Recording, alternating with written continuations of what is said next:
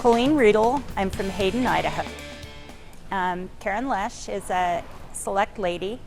I hauled her daughter when she was a youth kid, and then they came back as adults, and Danette showed halter horses, and Karen had had a slight stroke and a heart attack, and one day she stands up and said, "I think I want to show a halter horse." Well, we've done that, and she has successfully, very successfully, been in the top 10 at the world several times.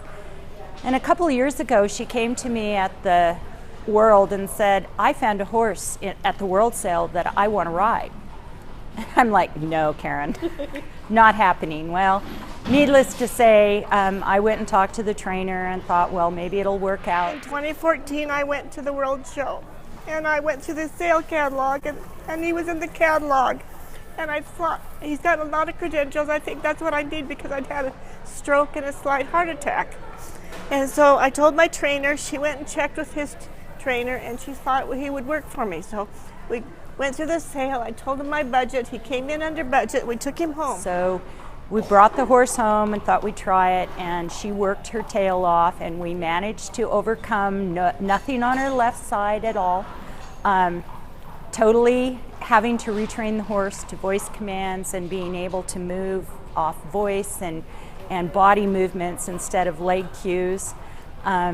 We managed to get it done. She showed the horse really successfully, and then we went to a show in Caldwell, Idaho. I was riding along, and my saddle was off to one side, and my trainer says, "Step in your right stirrup a little bit."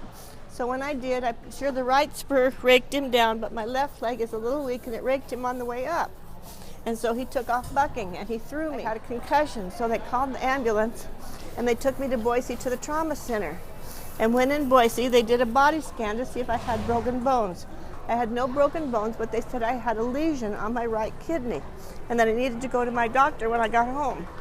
So I went to a urologist, and he says, "Oh, I think we could remove that with robotic surgery." And I says, "Fine." And he says, "How about such and such time?" And I says, "No, I have to go to Amarillo." And he says, "Okay, you've probably had the lesion a couple months, or a couple years, so when you come back, we'll take it off." So I went back to him, and he says, "Are you ready to do this now?" And I says, "No, I've qualified to go to Las Vegas." So he says, "Well, come back when you get done from Las Vegas." So the 26th of October, I was back, and we scheduled for surgery. And I spent 2 nights in the hospital. I'd come back in 2 weeks, and they'd had the pathology report. And I went back, and he said, "You had stage 3 cancer." Later on, we realized that if it wouldn't have been that the horse bucked her off, they would never have done the body scan and found cancer. The perseverance is just, and it's a bucket list thing. For her, every show she goes to, she comes here to the novice. It's not about winning, it's about she did it. And she comes out, win, lose, or draw, big tears in her eyes. "I made it through another one. I did it." And it's such an inspiration to all of us. And we were mad at her little horse after he did that, and then after we figured out that he saved her life, he kind of became our hero. So he saved my life.